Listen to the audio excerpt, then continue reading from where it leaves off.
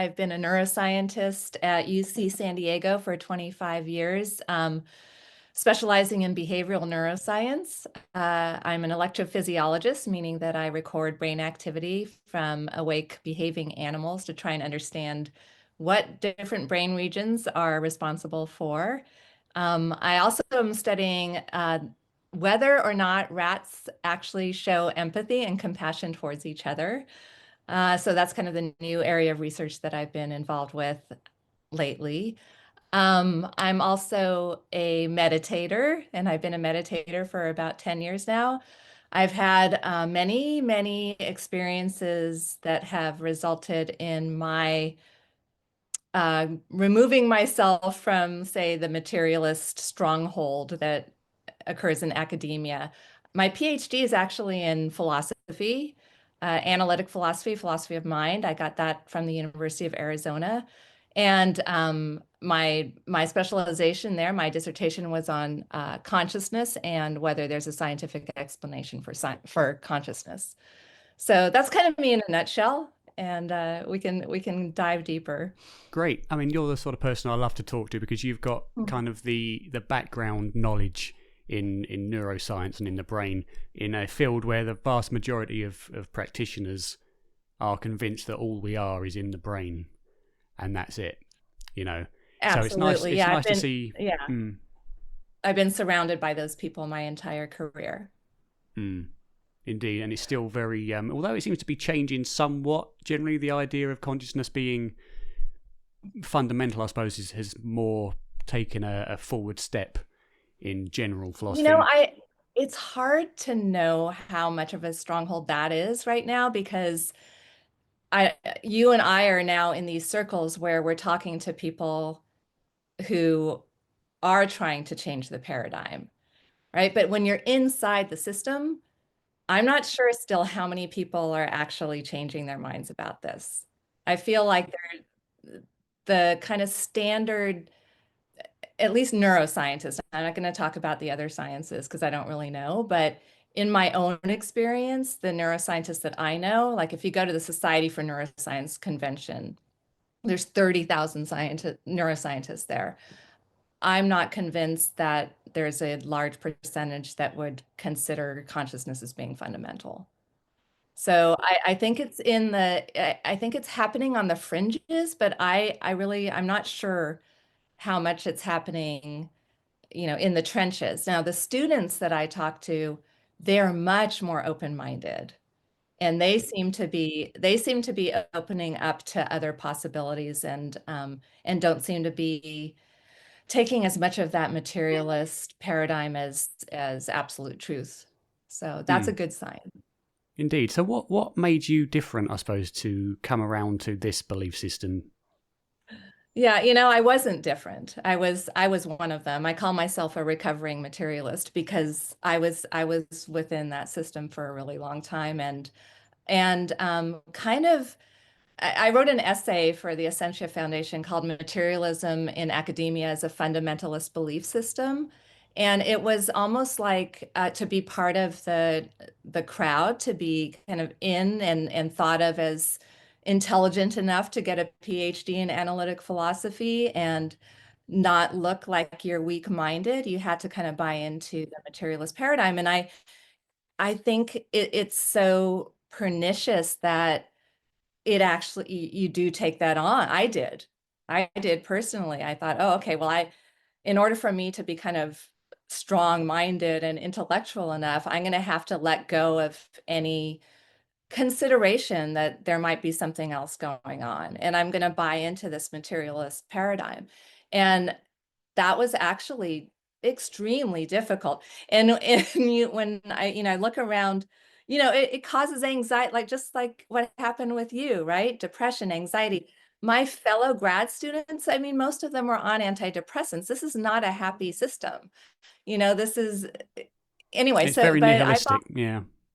I bought into it and I worked within that system for a long time. Every time I tried to discuss another possibility, I was kind of, shunned or laughed at. Now, my dissertation was on consciousness, and this was the late 90s. This was when David Chalmers first came out with the hard problem of consciousness. And it was fascinating back then because you really could not even talk about the idea that consciousness might have something to do with internal experience or qualitative states. Even that was kind of too much for the materialist to handle. And so it was all like a lot of dancing around the issue of what consciousness is. And, David Chalmers came around, and then it's kind of, most of the people I knew still thought maybe he was kind of a quack for even considering that qualia was important. And, we're just rehashing Thomas Nagel and, what is it like to be a bat? And we already left that aside. Let's just go on with our materialist position.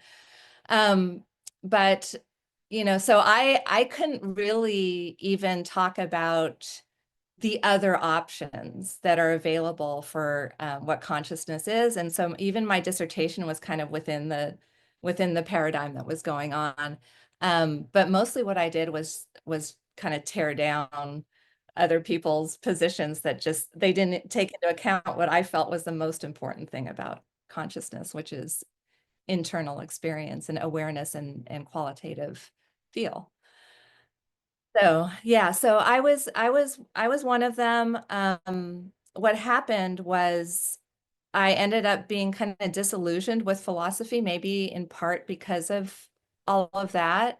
And I was a philosopher of mind, and I was very interested in the brain, and maybe that the brain, if I learned something about the brain, that my philosophy would be that much better. And so I decided I was going to join a neuroscience lab, and see if I could get a double PhD in philosophy and neuroscience. And I ended up not getting the double PhD. I only got the PhD in philosophy, but I did join a neuroscience lab at the University of Arizona, which was an electrophysiological lab where they did recordings in behaving animals. And we were looking at the function of the hippocampus, the part of the brain that's involved in learning and memory. And I was just enamored. I went to that lab, and I saw a rat running around. Basically, it was just a circle, I think, was the first thing I saw there. The rat was running around a circular track, and it had electrodes implanted in its hippocampus. And it was running around, and there are these cells in the hippocampus called place cells. And every time the rat went past a very particular point in that space on the circle, that cell would fire. A cell would fire there, only there in that spot. And I saw that, and I was like, wow, that is the coolest thing I've ever seen. And I wanted to learn everything I could about neuroscience, about the brain, about and listening and hearing and watching the brain as it's in action. It just grabbed me. And like, honestly, I didn't leave that alone for 20 years. I just did that. So in my neuroscience career, there wasn't any discussion of consciousness or, really philosophical things at all, or metaphysical things at all. I was just doing my job and trying to discover how the brain works. So what happened though was somewhere in there, I was starting to get migraine headaches. And I think it was maybe just the stress of academia. Academia is a kind of a rough place, to be I can honest. imagine. Publish or perish, and you're always being judged on what you're doing. It's difficult. Um, I started getting migraine headaches, and then my beloved dog passed away. And after that, my headaches started getting worse, and I went to my doctor, and he prescribed to me mindfulness-based stress reduction, which is a 8-week long course that basically teaches you how to meditate in order to reduce stress. And I'm so thankful to my doctor to this day for doing that, because it was that opened me up to everything else. I started meditating, and then I everything changed. First of all, my headaches went away, and that was like kind of the goal. But then on top of that, um, I my mind was opened up to more of the reality that's out there that I wasn't even considering. And it was one of those situations where, you hear this a lot about people who start meditating where you don't even realize that you have this dialogue going on in your head constantly, like that Michael Singer, that great teacher, calls your annoying roommate. The annoying roommate, I didn't even know it was in there. I was that far removed from my own, awareness of my own mind. And once I realized that there was kind of a space between myself and my mind, everything started shifting.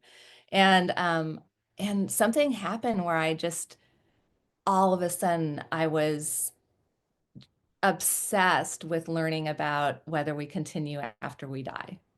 It was just this, I just started on a quest, and it was like years of studying, researching, talking to people, reading everything, listening to bunches of podcasts, and it was like something opened up, something just clicked in me, and I had to try and understand.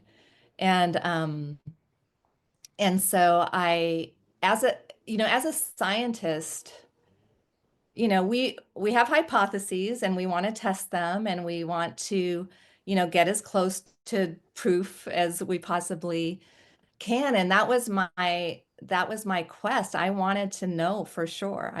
As a scientist, I wanted to know for sure. And so much of the information that I was getting was pointing to it. I read all the near-death literature, like the personal accounts, not I mean, Bruce Grayson and these guys, they write beautiful books and they're amazing. But if you go in and you read people's account after account after account, like they have on the NDRF. Ender side, or Yeah. or yeah, Ender side, and IANS, and it's incredible. I was reading them, and this was before, like, you know, having any other kind of information about them. I was just reading the personal accounts. And as a scientist, I found, wow, like almost all of them have basically like somewhere between 5 and 8 things in common. How is this is not statistically possible? There must be something to this. And so I was starting to really believe. And then I one of my friends actually that I met soon around that time had her own near-death experience. So I had a personal friend who had one, and so then there was a little bit more evidence. Um, and I was just on this mission. And I think one of the things that kind of tipped me over completely was I was listening to Rick Archer's show, Buddha at the Gas Pump, and he interviewed Suzanne Giesemann, who I think Yeah, you've I've had on. interviewed her, right?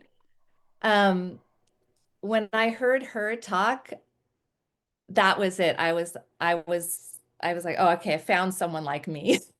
I found someone who was very skeptical, very left brain, not easily duped, and yet had all these experiences, and she can no longer doubt um, that our loved ones are still with us. And so I started, reading her work, and I actually went to a workshop with her.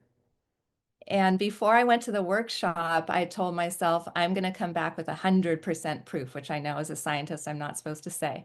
But I told myself I'm going to come back with 100% proof that we continue after we die. And I went to this workshop and it happened. And the reason I'm going to say why it happened is because I had my own experience.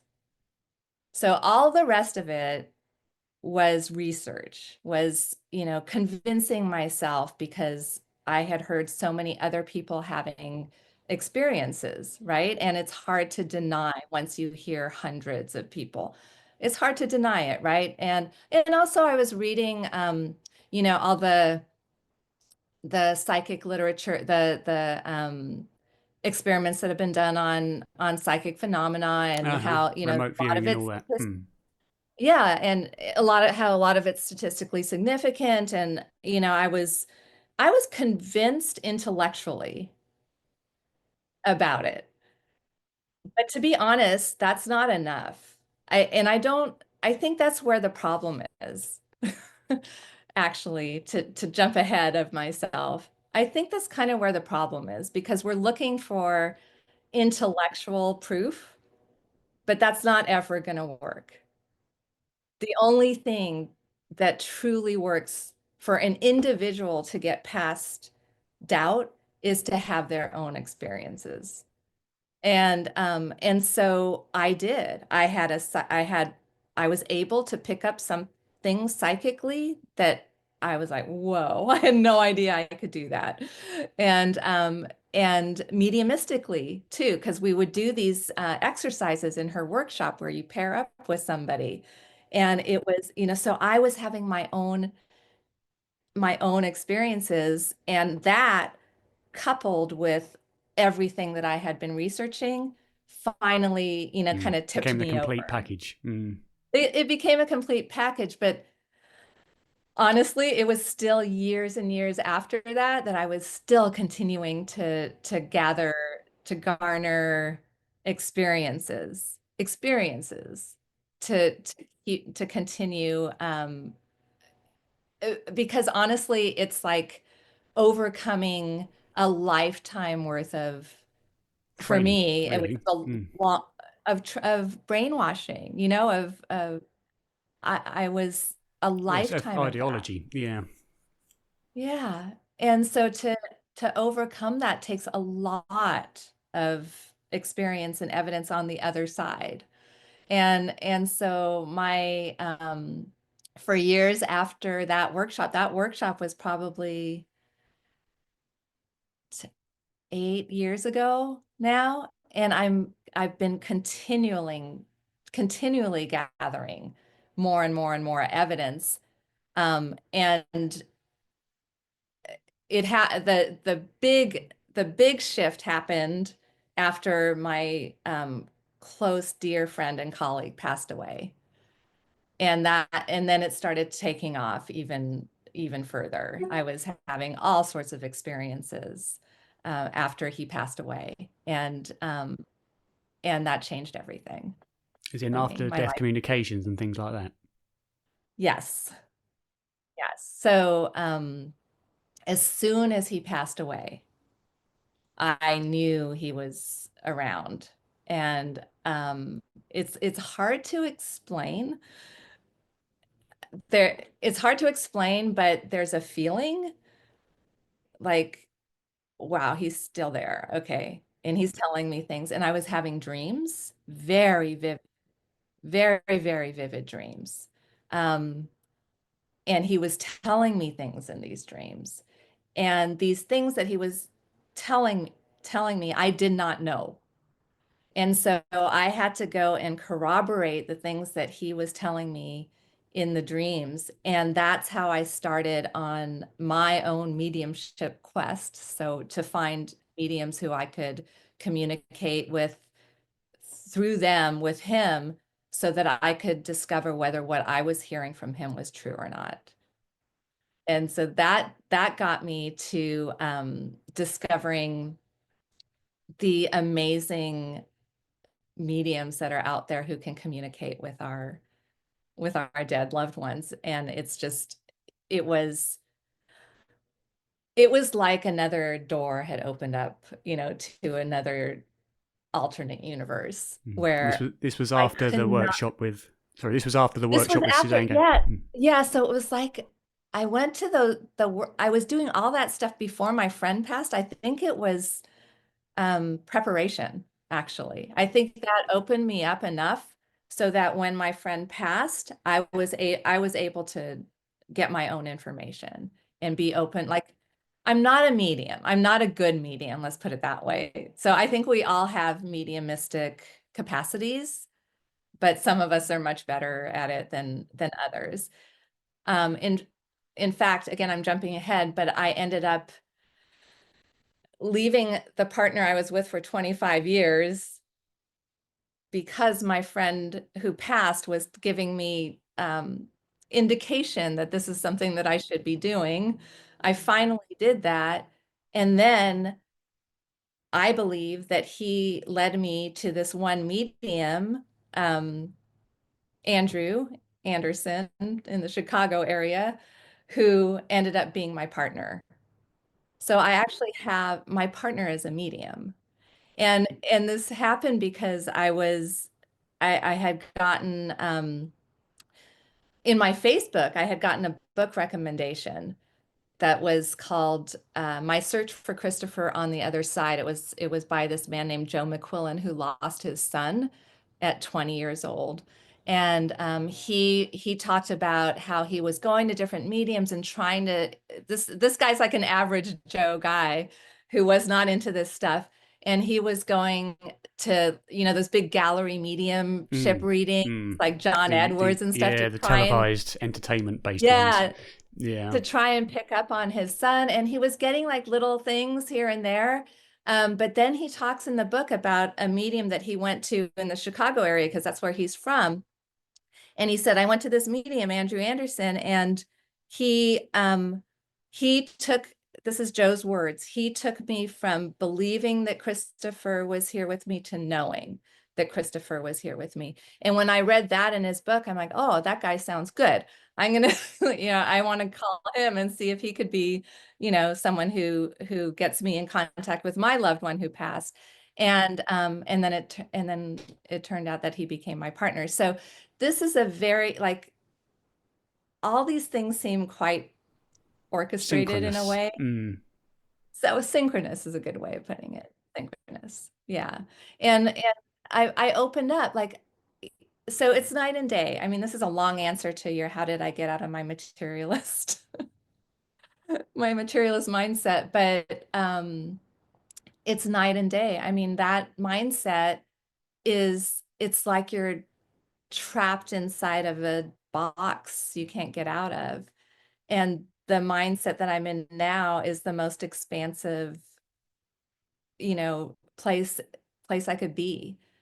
It's constantly opening up more and more and more, So I don't know um how to describe that. All I want is for people to know that it's possible. And so my life's purpose or goal now is to write about it and talk about it. Good. Yeah. And that all started through meditation. Yeah, So yeah. Yeah, and what you'll hear was it? that. Mm, Yeah. you hear it a lot. You do hear it a You hear lot. it a Yeah. lot. You hear it a lot. Yeah, Mm. there's something to that. So what was it in the meditation that changed your perception of years of, as you say, brainwashing or conditioning, I suppose? I mean, that's a really hard question to answer. Mm. Well, what was your process of meditation when you Oh, first started well, to how okay. you? So it started with the mindfulness-based stress reduction course, and in that class for 8 weeks, you meditate for 45 minutes a day. And when I went into that class, I told myself I'm going in 100%. I just want to see what they're talking about, if this is for real, And my goal was stress reduction. And so I was like, okay, I'm going in, I'm buying into this, and I'm going to do everything that they tell me to do as well as I can do it. And I did 45 minutes of meditation every day, and things just slowly, sometimes imperceptibly, started shifting in my life. And it was just this every once in a while I'd notice something like, uh, wait, it's been like a week since I got really mad at another driver. Like, wow. What's going on? That's weird. And oh, I'm not fighting with my partner nearly as much as I was before. And wow, I'm seeing people different. And it was all just from doing different MBSR has different kinds of meditations that you do body scans, breath meditations, walking meditations. I was doing all of it, and I wasn't doing any of it for a goal. I was doing it just because they told me to do it, and I was just doing it however it Curious. was that Yeah. they told me to do it. And I didn't, because I didn't know there was a goal. I just I just did what they Trusted told the me to do. process. Yeah. I totally trusted the process. And in trusting the process, my being just started changing. It it became more itself as opposed to the mind imposed being that is me. So I mean, if you want to talk Ego, about as it they in say. terms of, Mm. sorry, what? The ego, as they call it, the fate, the kind of the Exactly. So artificial, yeah, perception. exactly. And it's not like I knew those terms or that that was what they were teaching or anything like that. It just felt like I was less held together in that way. And I was more compassionate. I was more open. And then again, like I said, I don't know why this happened, but I became obsessed with needing to understand whether we go on after we die. I don't know how meditation caused that in me. I, So, for those that are kind of looking to start, maybe they're in the materialist mindset or they're just curious, what would you recommend starting with for meditation to get to your kind of effects, I suppose? yeah. Well, I recommend to everybody mindfulness-based stress reduction. It is a wonderful, wonderful class that was started by John Kabat-Zinn in the 80s. It's in almost every university now has a program. It's in hospitals. There's a huge amount of research that's done on, before and after controlled studies, the effects that it has on the brain, the effects that it has on behavior. It's incredible. So I would suggest that course for anyone who feels like they want to learn how to meditate and learn how to reduce stress, which is pretty much everybody In in this this world. world these days? Yeah. Yeah, and so that's how I started. And then now what I mean, I have a regular meditation practice that I've been doing since then. And it's kind of I love to do all sorts of different kinds. So I started attending silent retreats. So I have a favorite teacher. I have a few favorite teachers. Adyashanti is one of my favorite teachers. I did silent retreats with him. I went to a Indian guru's ashram in Tennessee for 5 days without a cell phone, and did the kind of Hindu meditation techniques that was amazing. I've done all sorts of different kinds of like online meditation um, classes and I just, I'm open to everything that comes in. And one of the things that I do, which I suggest for everyone, is we have within us, we have a wisdom that knows more than we are external self knows. And I often ask that, bring me what I need. Like what can make me open even more? What can make me have even more compassion in my life or serve more of a purpose in my life? Please just bring that to me, whatever it is. And so I ask, Mm. and often, Again, trust the process.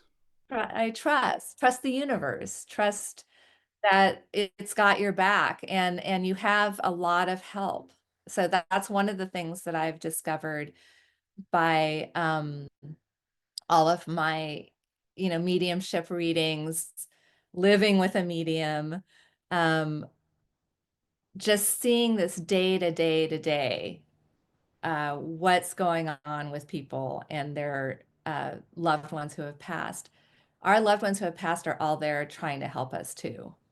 And not just that, but there are other beings, guides, angels. There's all sorts of beings that are out there that are attempting to help us if we will just open up and listen to them. And so part of it is listening, and I think that's what meditation also allowed me to do, is to get out of my head so that I could actually listen to some other part of me, which is not in my head.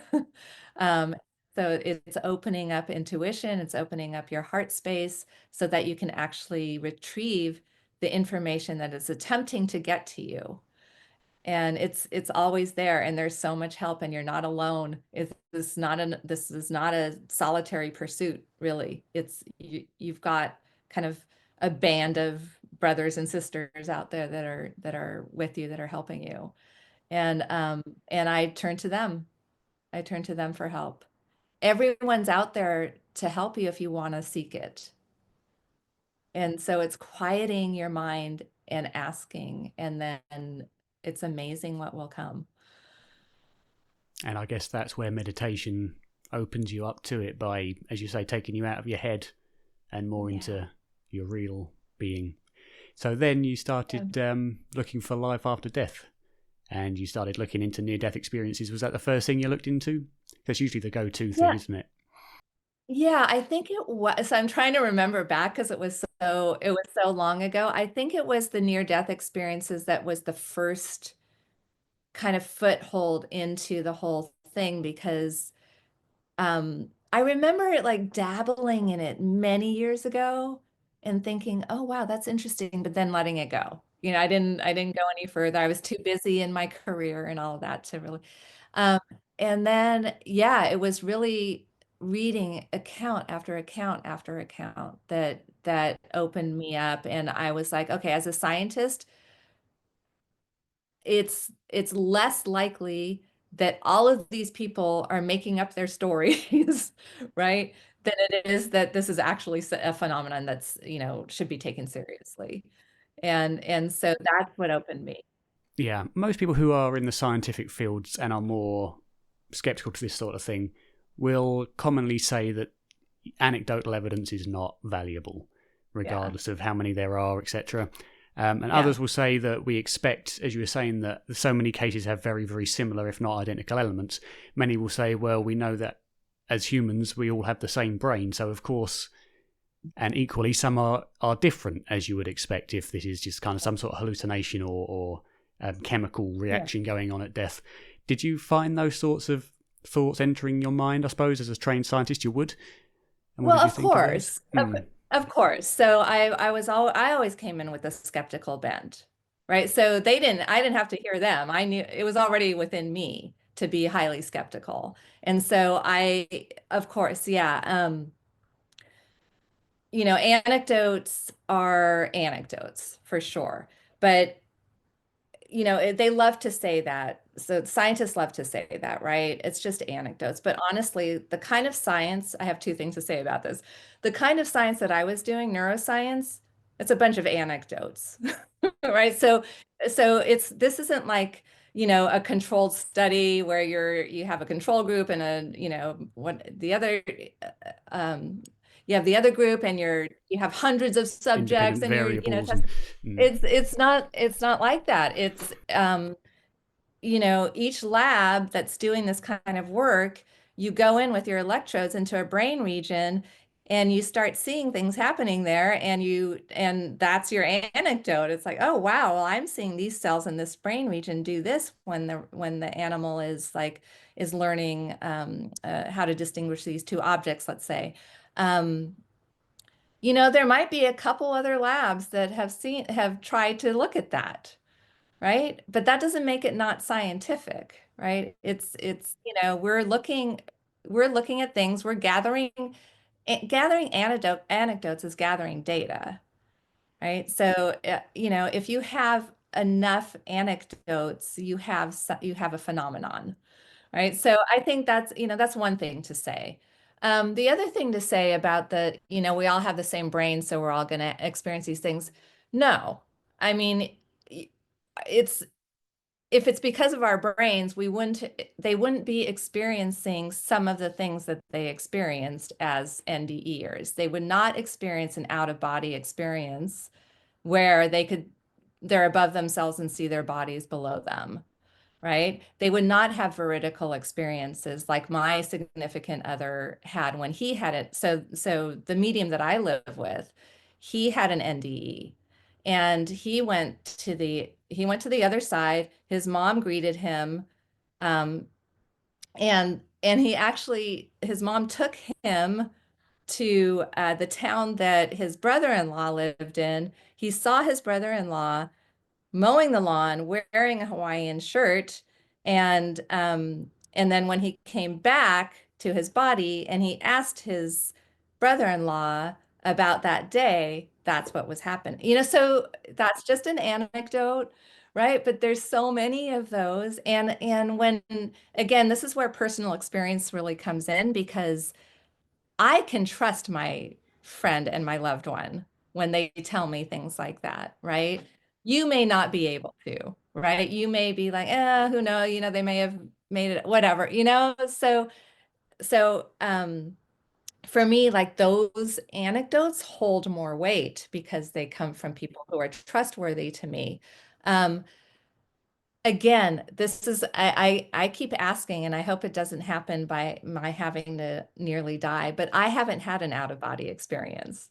I'd like to, because So would that's I. one of the things that's one of the things that I haven't experienced. And so, that would be cool. I've had a lot of other types of experience, and I've had overwhelming evidence about our loved ones still being with us after they pass, and psychic phenomena that I cannot deny anymore, that I know, basically with 100% certainty, but I have not had an out of body experience.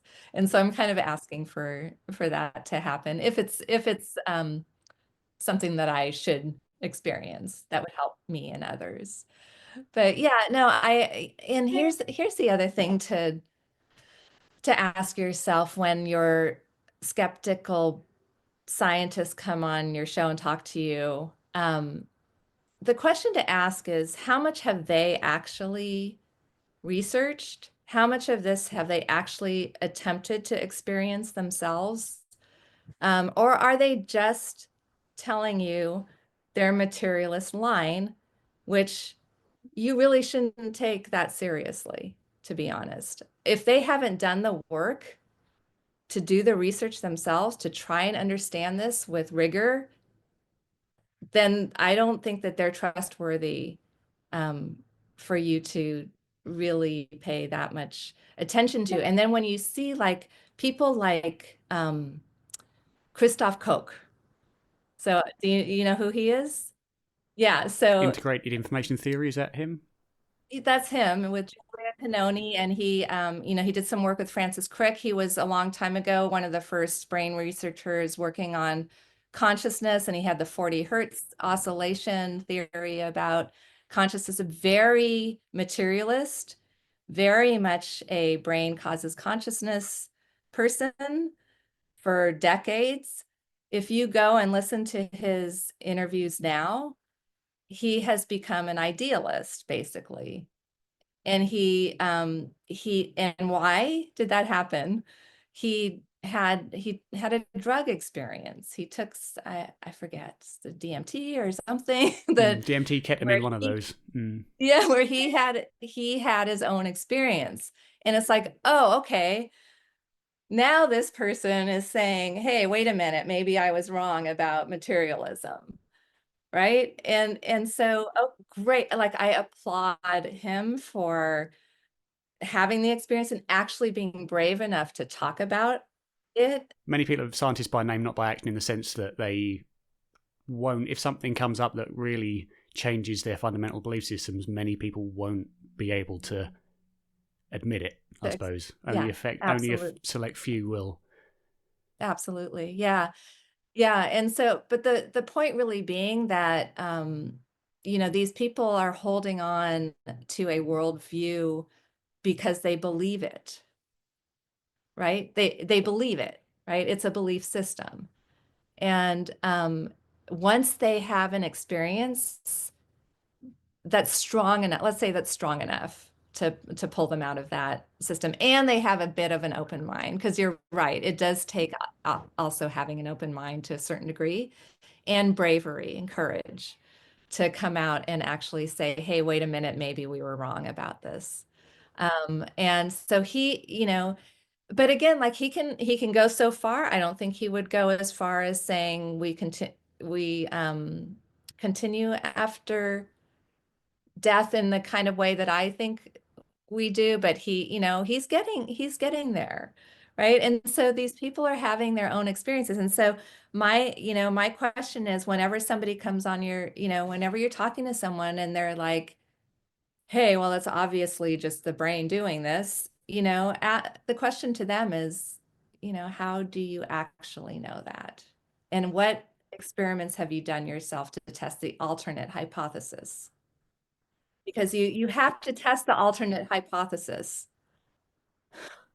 Indeed, and then in those cases, what usually happens is then you get quoted other studies that are apparently counter-evidencing it, such as Bjorgen's study and Bjorgen's study on the rats. Who studied? Is it Bjorgen, something like that? I can never pronounce the name. Who found that after cardiac arrest, rats have a spike of brain activity. Oh, right. Yeah, and there was also Yeah. Olaf Blunkey, who allegedly induced an out-of-body experience by stimulating the temporal parietal junction. Right. There's that one. Right. So you Right. get quoted all these studies that seem to disprove that. So the studies are very interesting, and the question is how do you interpret the studies, right? So the materialist is going to interpret those studies through a materialist lens. The non-materialist is going to interpret that through a non-materialist lens, right? The brain obviously does have something to do with our consciousness in this life. I mean, that's not doubtable. We know that for sure, right? And so if you stimulate a part of the brain and you get you get an out-of-body experience, for example, if you have a hypothesis about the brain that it's not the producer of consciousness, but something else, right? It could be that stimulation allows for more of reality to be available to you. Okay, so you've got two hypotheses here, and they're equally, maybe equally valid, right? So my issue with the materialist is they're not willing to look at the alternate explanation and to really dive into that and see if there's anything to it, because they're too married to their own theory, right? So if they can't get out of their theory, they're not going to be able to test the alternate. Again, like, let's look at these things. We can look at them and see, okay, does the spiking activity when the rat dies mean that we don't go on after we die? That's just a huge leap. So, we need to ask them to be a little bit more rigorous in there. I mean, it's a bit laughable to me, and non-scientific. And they're, if they were to do that with some other aspect of their science, they would be laughed out of science. And it seems very, I don't want to be too mean to them, but honestly, they're pretty mean. So it's kind of like they can be kind of bullies about their position.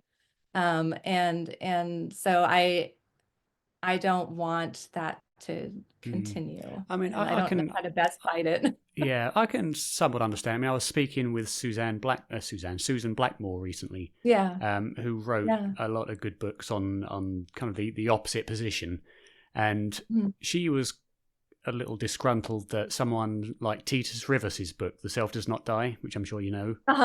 Yeah.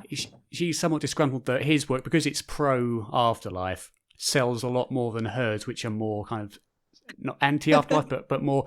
And so I can understand that, you put time and work and effort into your own very strongly held belief, which you believe absolutely to be true, and it gets disregarded or just gets tossed away. I can understand that. And, but there's a difference in, I suppose, being proud and stringent in one's belief versus disregarding or making fun of other beliefs, I suppose, which Susan doesn't do, but many do, I know.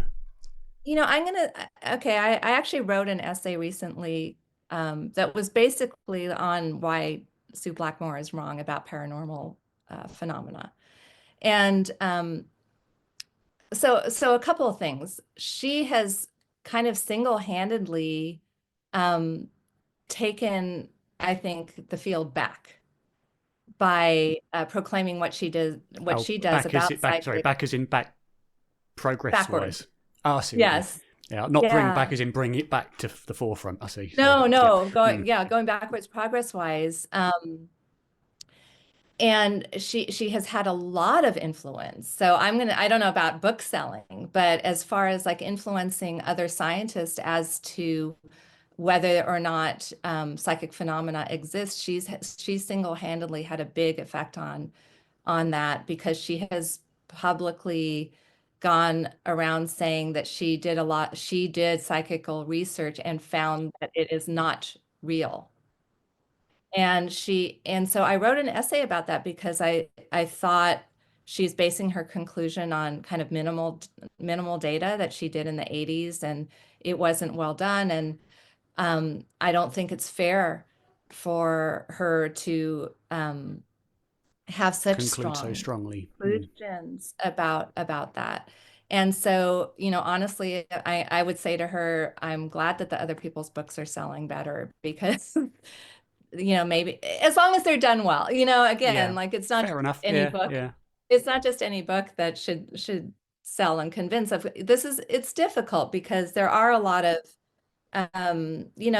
there are people who are maybe don't have the rigorous mindset to really analyze what they're finding, and so we need to be careful, of course, when we're looking at this stuff. But the bottom line for me is, look, you can go and discover this truth for yourself if you really, really want to.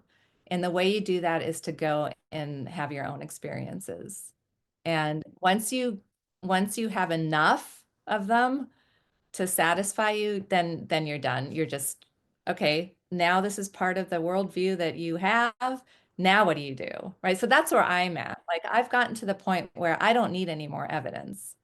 I've gotten so much evidence. It's for me to question it now, I'd have to worry about my brain, like what's wrong with me if I'm still questioning after the vast amount of evidence I've gotten, right? So for me, it's no longer a question, is this real? Is this not real? For me, the question is, what do I do with the information now that I have it? What does that mean about our world? What does that mean about our lives?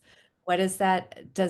Can it help to know, like, if more people actually understood this, what would it mean for humanity if we could get a little bit um, closer to believing, the materialists were actually wrong about this.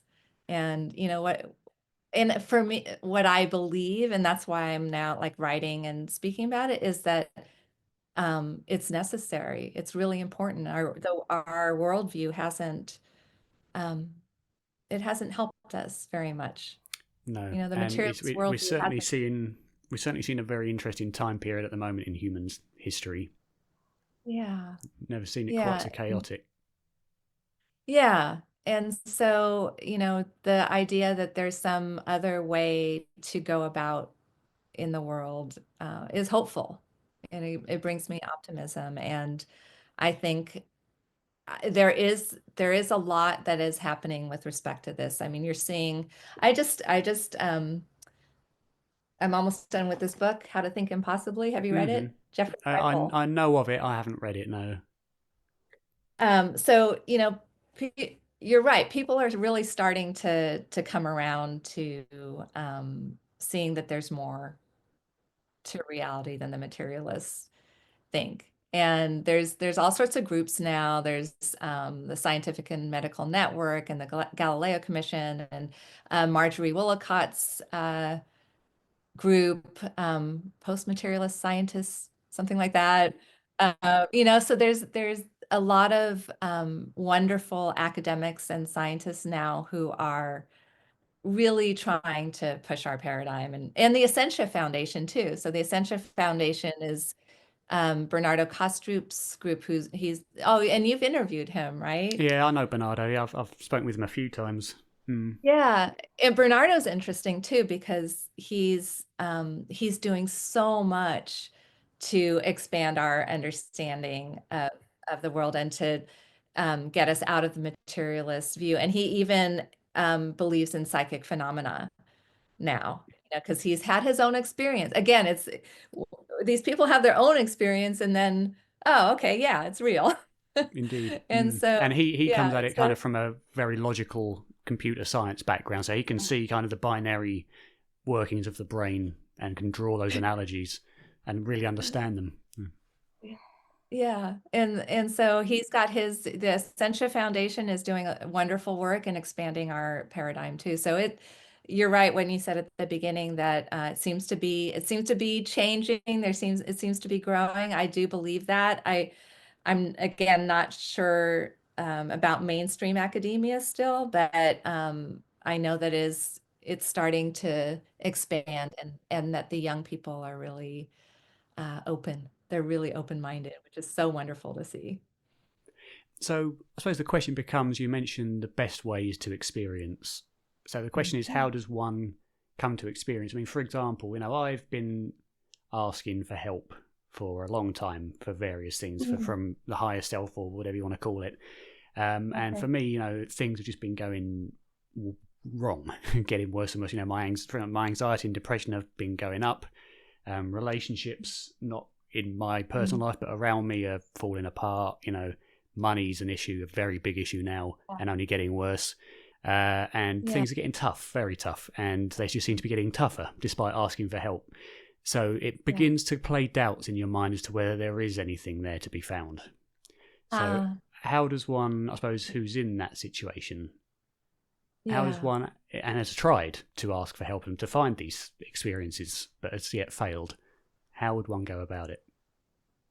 Well, okay, it depends on what you feel like you've failed at. So if one of your questions is like, do we continue after we die? If that's one of your questions, then there are things. So I don't know, you're very young, right? So I don't know if you've lost anyone extremely close to you.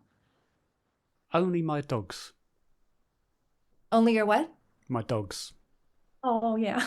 Mm. Yeah. In terms of So, humans, not so much that I'm close to, but yeah, so it's mm, harder to like until you lose humans, it's hard to go and get that evidence like from mediums and try and connect yourself, right? So it's I think that'll be difficult for you to have those experiences. Although when my soulmate dog passed away, I asked her for a sign and I got the most amazing sign yeah, from so did her. I. So one of the things I do is I ask for signs and I tend to get them and they're kind of amazing.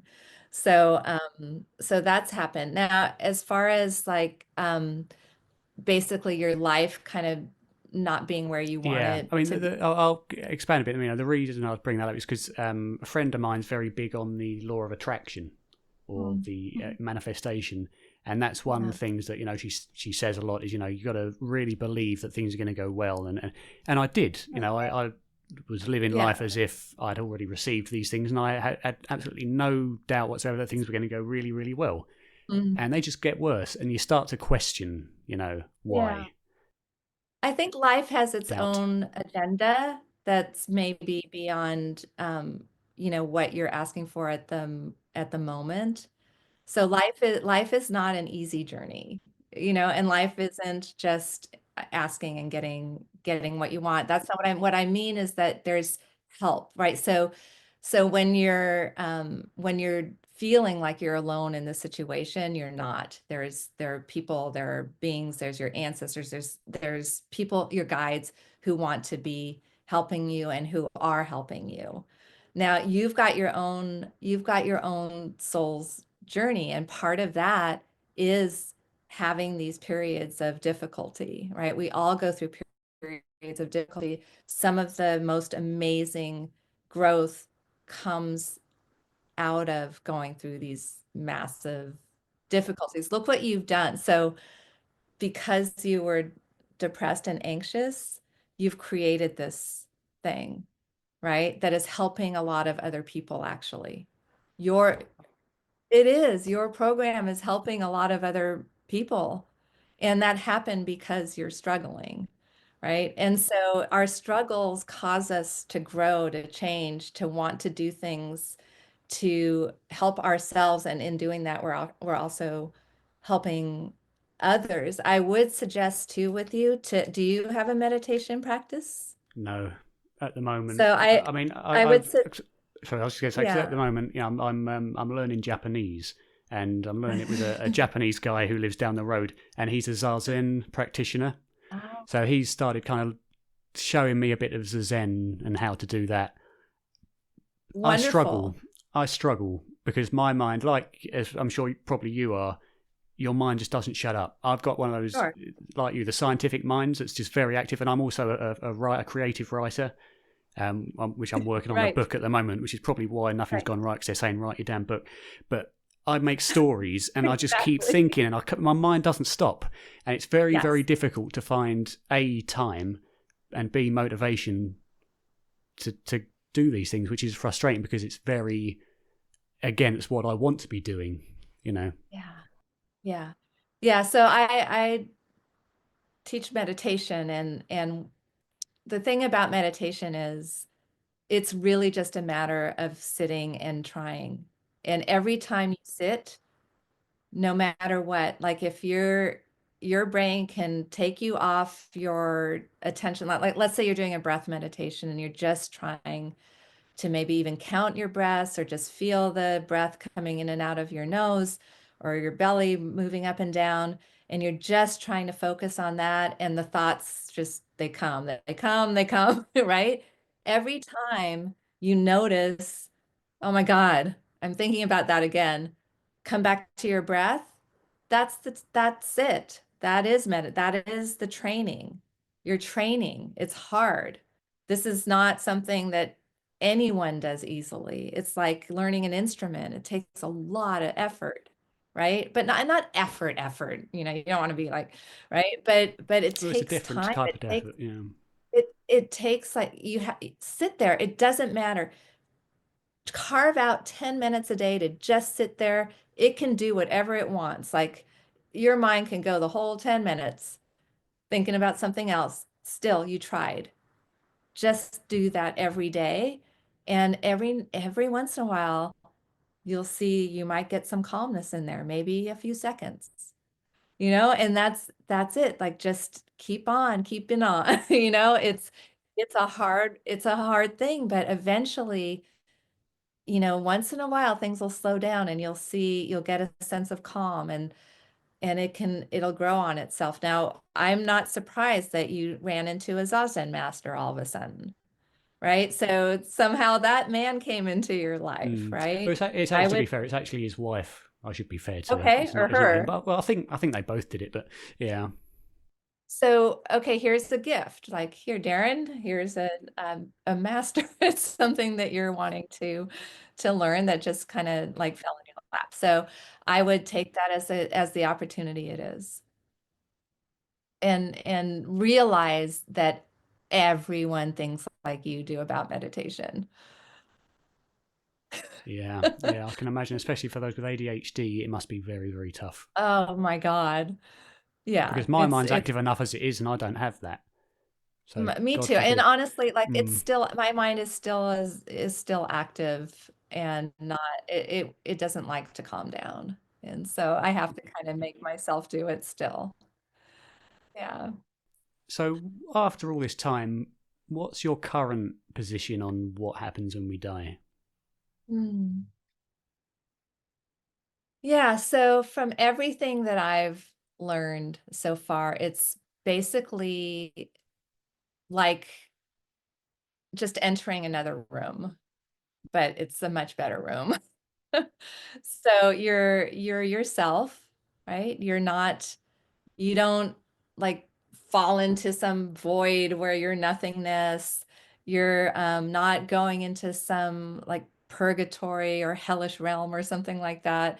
I mean, if you're generally a decent human being, um, I think what happens is you just feel this immense sense of release, um, of bliss, like of this, you have a new sense of yourself existing in a much more expansive way.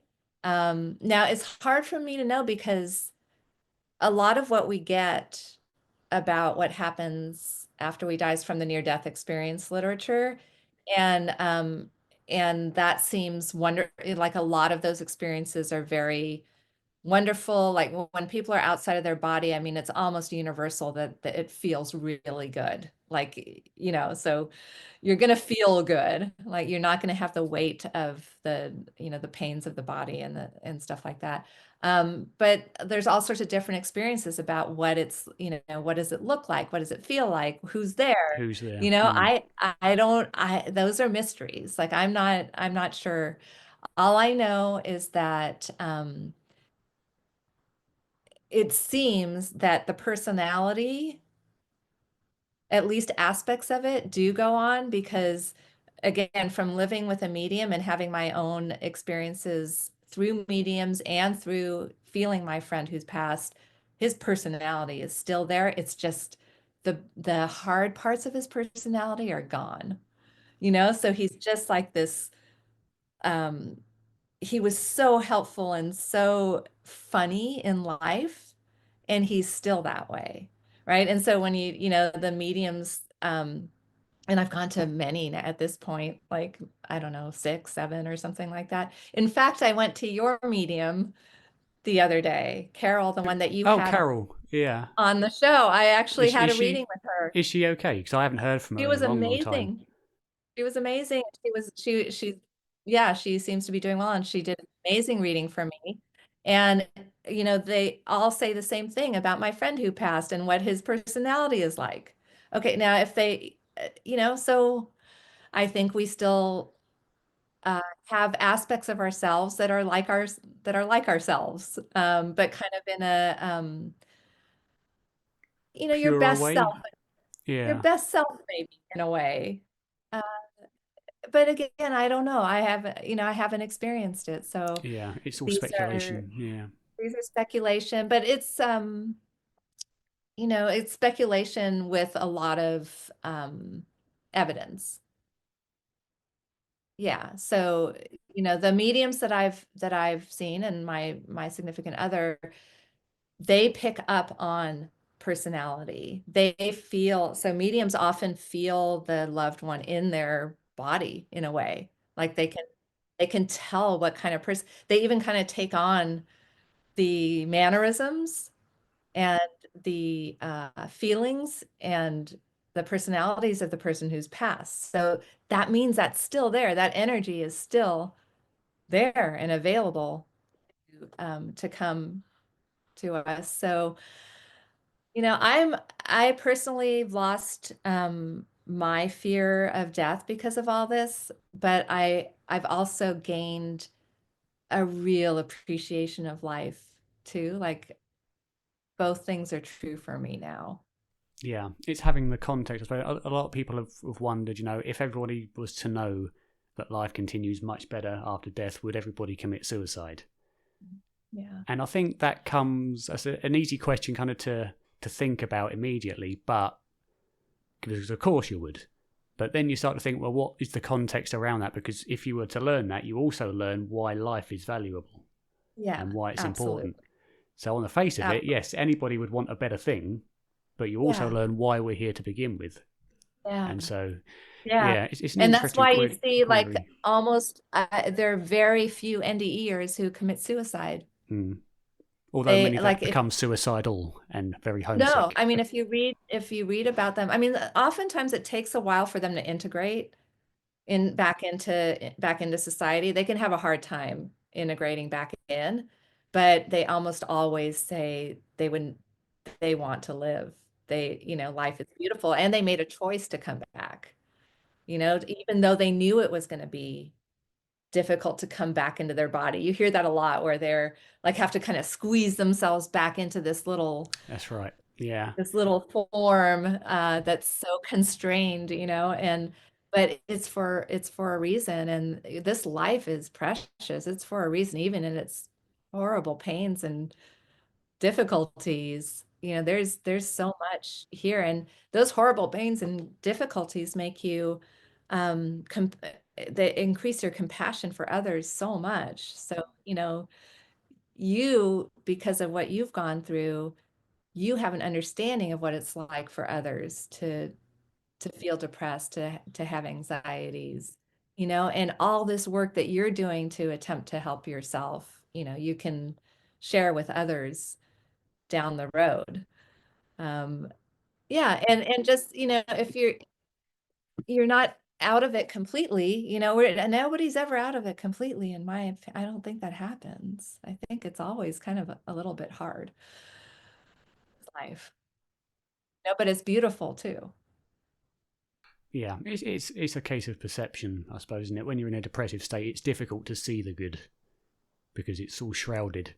But once No, you come I out the know. other side, I suppose then you Yeah. can start to Well, I see. really suggest MBSR for you if you can have it, if there's a program around you. I would really recommend it because it's also you have a group of people going through it with you, which makes it much easier. And teachers make teachers make it really far easier to understand what's happening and to help you along in the process. And so maybe in addition to your Zazen master, consider doing that too, because if you go read the research that's done on MBSR, there's a huge effect on depression and anxiety too. It's definitely something worth looking at then, for sure. I appreciate it. And maybe Yeah. if your other half would be interested, he should come on and have a chat with us and discuss Oh, mediumship. I think that would be good if he would be that would interested. be wonderful. I'll let him know. Yeah, Yeah. do let him know to drop me an email and we'll see if we can have a chat because I haven't done Okay. much on mediumship, which I'd like to. A lot of near death Yeah, I experience focused stuff. yeah, I've come to believe that it's the mediums that can really lift you up. Because they're They the have, direct line to the proof, I suppose. yeah, and they see it in so many ways and in so many people. So it's just they're living in both worlds simultaneously, and they have no doubt. Obviously, they have no doubt. And they have a lot to teach us. And a So, lot of valuable yeah. So things I as well, love I think. that Yeah. you're talking to someone that you got a chance to talk to Suzanne. Yes. She's definitely up there on one of the more intriguing cases, as you say, because she was very skeptical. And then, some of the stories she tells with the Yeah. verification is, pretty amazing if you take it at face value. Yeah. Yeah. And she has a lot to offer online, and she actually has, sorry, she has a full mediumship reading available online that you can find where it takes, I think it's a couple who lost their daughter, and it's unedited. It's the entire reading that she did with them.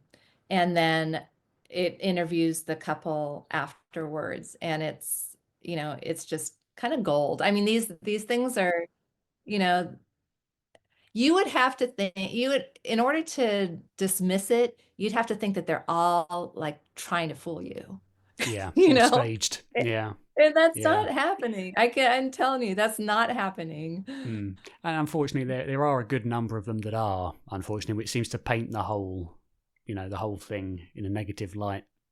The odd fraudster here and there, Yeah, cold I readers, actually really don't etc. know how many are fraudulent. I haven't run across, so I told you, I think I've been to maybe 7 Mm. mediums along with living with one. Yeah. And and every one of them I gave no information to, and they immediately picked up on things that they could not possibly have known. And so I haven't had experience with fraudulent ones, but then again, I do my research, so Yeah, I indeed. don't pick someone just out of the blue, some whatever, you have to be um Selective. exactly. You have to be selective. And there are ways they're vetted now.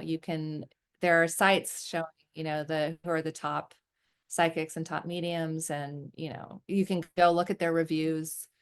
So there's a lot of ways to narrow it down so that you're not succumbing to some fraudulent, I don't come across frauds. I don't know where they are.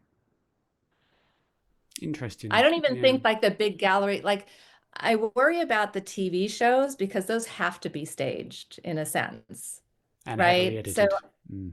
I don't think those people are fraudulent, but I don't think that helps with proving what they're doing is real. Um, so that I have a little bit of a question about, again, not in the sense that I think they're fraudulent at all. Um, so I don't know where are the frauds?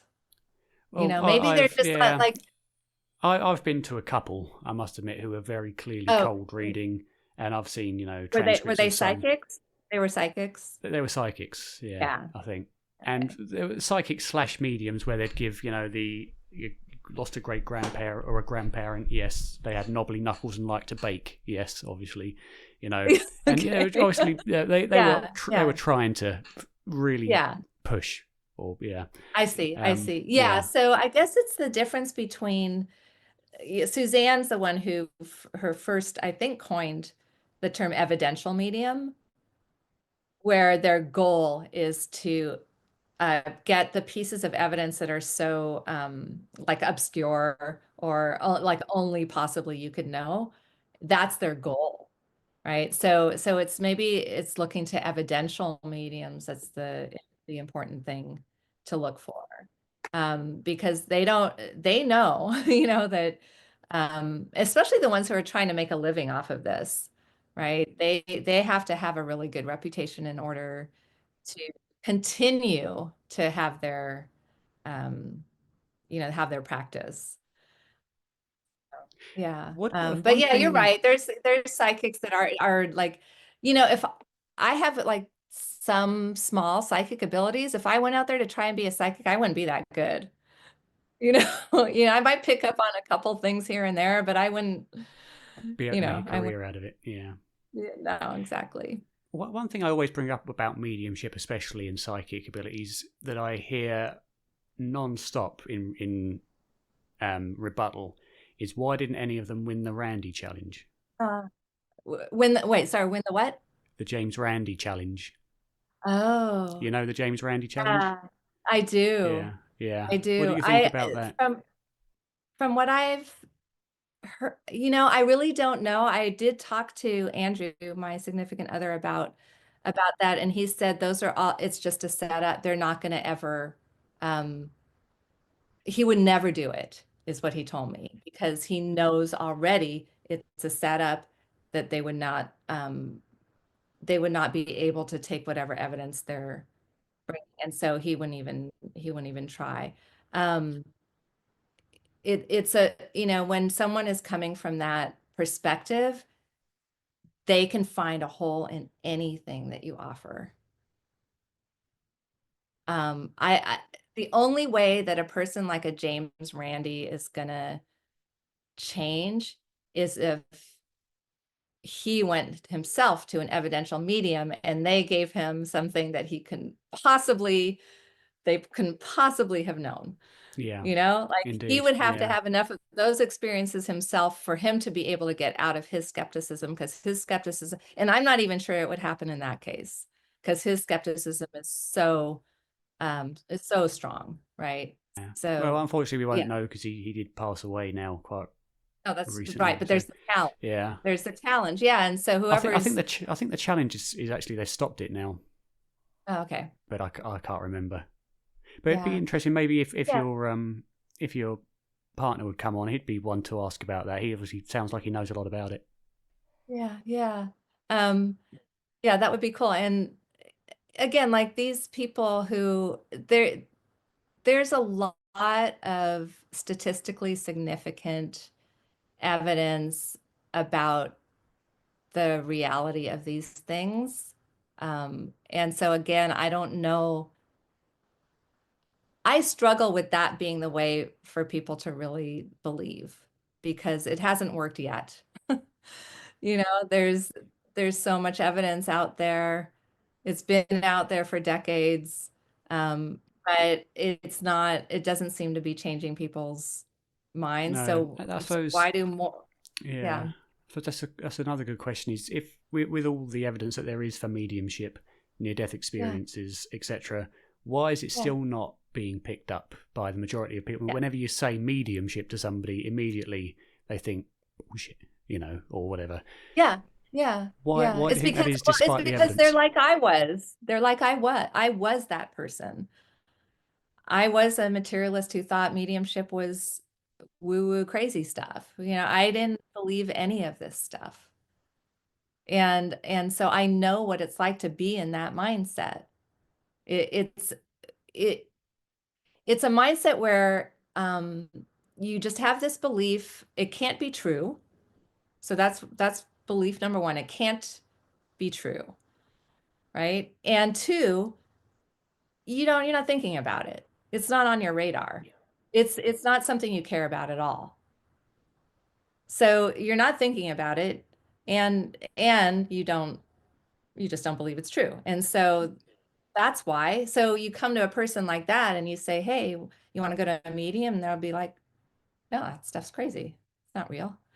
You know, so it's not on their radar, you know? And so it's the people who actually have had some experiences, are interested in studying it, and still don't believe it. Those are the people who I'm interested in. Like, Yeah, me too. why Yeah. do they still not believe No, in because it? they have Yeah. they have the context as to why the evidence is there, and why a lot of people do believe it because they're familiar with the research. And as you say, if they still don't believe it after that, then they're the people that you go to ask why, because they at least have the knowledge behind them. Yeah. Now are there a few people that you've interviewed who are like that?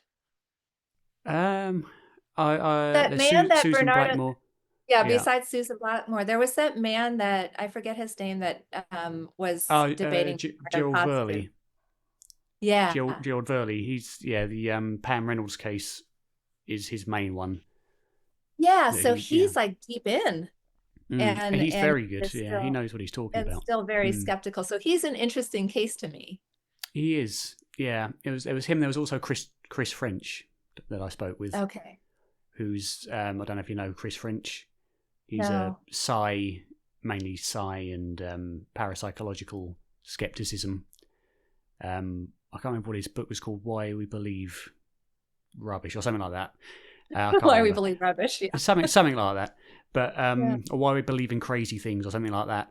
And but Yeah. yeah, again, these are people that, as you say, have read the literature and Yeah. know the cases inside and out, and yet still come to those conclusions, and you wonder why.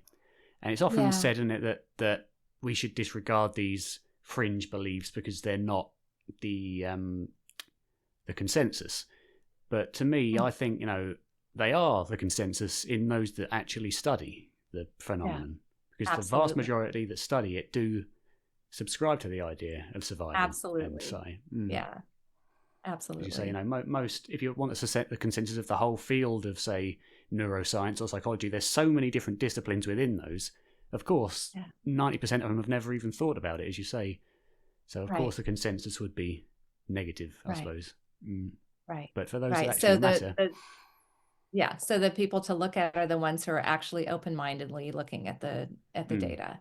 and have And dedicated, when many years to doing so. right. And when you do, I mean, look at all the people you've talked to, out of all the people you've talked to, probably 90% do believe in it, Mm, right? Because they I'd say have so. their own experiences and they've done the research and And probably just more so willing to talk about it. Yeah. Yeah. And that's a hard thing too, because when you get even the like staunchest materialists, when you get them like at a party after they've drank a couple glasses of wine, they'll tell you about the ghost they saw. They'll tell you about, some psychic experience that they had or whatever. They all have them. They all have them, but they dismiss them. And it's honestly, so I went from one extreme to the other. My ex was extremely staunchly materialist and thought I was pretty much nuts thinking, the stuff that I think about. But he had some interesting experiences and he had friends who have seen ghosts, so he's got this information coming in. But when you try and talk to him or somebody like him about this stuff, there's a wall that immediately goes up, and part of it is a fear. Like it's almost like if I had to think about that and what that would mean as far as reality and my life and my goes, it's overwhelming. No, I am not even going to think about it. Understandable. Too, it's too worldview shaking, And Puts into then question everything I've grown up believing. Yeah. yeah, and that's a hard thing for a lot of people. So I get it. I mean, I think, those people they don't need to um believe. They're doing they have their life path. They can do what it is that they're doing, as long as they're not hurting other people. Like that it's fine. They don't have to believe. They're not the people that worry me. The people who worry me are the ones who claim that they know this isn't real. And that's where Sue Blackmore and people like her, I think, are problematic. And we need to um, make sure that they're not getting the last word about things. I would send people to some of the essays that I wrote if they're interested in some of the like amazing signs that I've gotten from my loved ones who have passed. I've written an essay called shoot, it's about synchronicities, acausal synchronicities, um, and it's on the Essentia Foundation. And it's what it's those amazing chains of signs that are so improbable to happen that kind of made me, they're not what made me believe, but they made me see how interconnected we are with each other, and the ones who, our loved ones who have passed, how we're all interconnected. That's where signs and synchronicities become so interesting and important to me. And I try and live my life that way where it's kind of this magical place where things are coming that need to come. Things, when you ask for signs, they come, when you need a bit of information, it comes to you. It's kind of like you're flowing with this other amazing energy that's out there. And that's where I think it's just so fun to live. And so if they want to go and see that, then they can do that. People can reach out to me if they want, and we can put my email uh, In the in the description or on the screen. description. Yep, can Yeah. do that. Yeah. I suppose one more thing that I just thought about while we were talking there is interesting subject of things like, as a neuroscientist, you'd know about it, dementia and Mm. Alzheimer's and things like that. It seems Yeah. counterintuitive that one can lose their sense of self and memory of everything in their lives and yet retain some kind of individuality and have those memories return after their death. Uh, So how do yeah. you think that whole mechanism works? Yeah. So from what I've heard and read from mediums, what happens with people who are demented or have Alzheimer's is that their soul is still whole and complete. And that once they're out of the body, they are completely intact. That's what I've heard and read. And then you also hear, so Professor Wollicott, who you've also interviewed, Marjorie Wollicott, who's amazing. She's been doing studies on terminal lucidity. And so terminal lucidity is the phenomenon where someone with maybe very strong dementia or Alzheimer's, or even in a coma or unresponsive in some way, and they're on their deathbed, some period before they pass, say a couple hours or maybe a day, they come back and they are lucid and they are themselves and they talk to their loved ones and they're completely normal. That I would take that as, good evidence that the person is still there. Our brains are, for in this realm, I mean, our brains are correlated with our consciousness. That's just how it is in this realm. So if you have brain damage, it's going to affect your consciousness.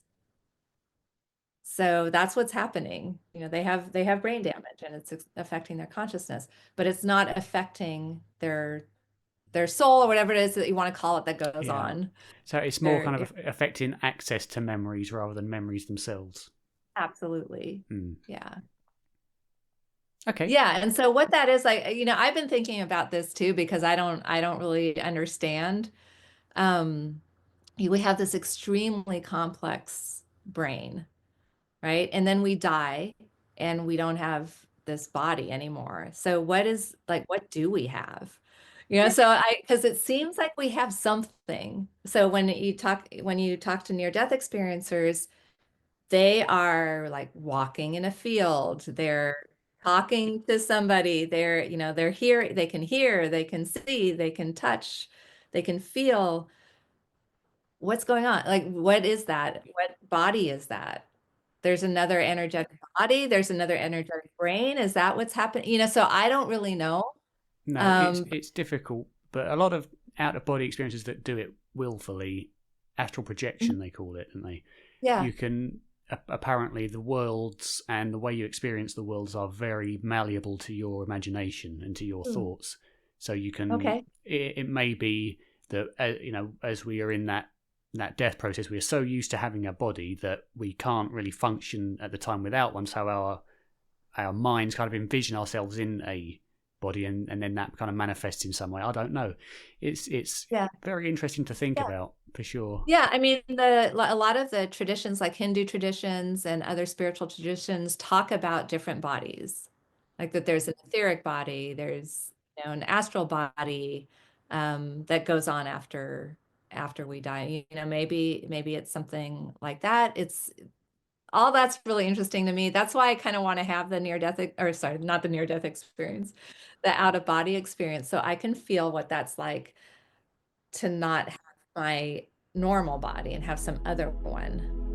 So it'd be so. And I don't want to do drugs to get it, so no, I don't know if I'm going to get it.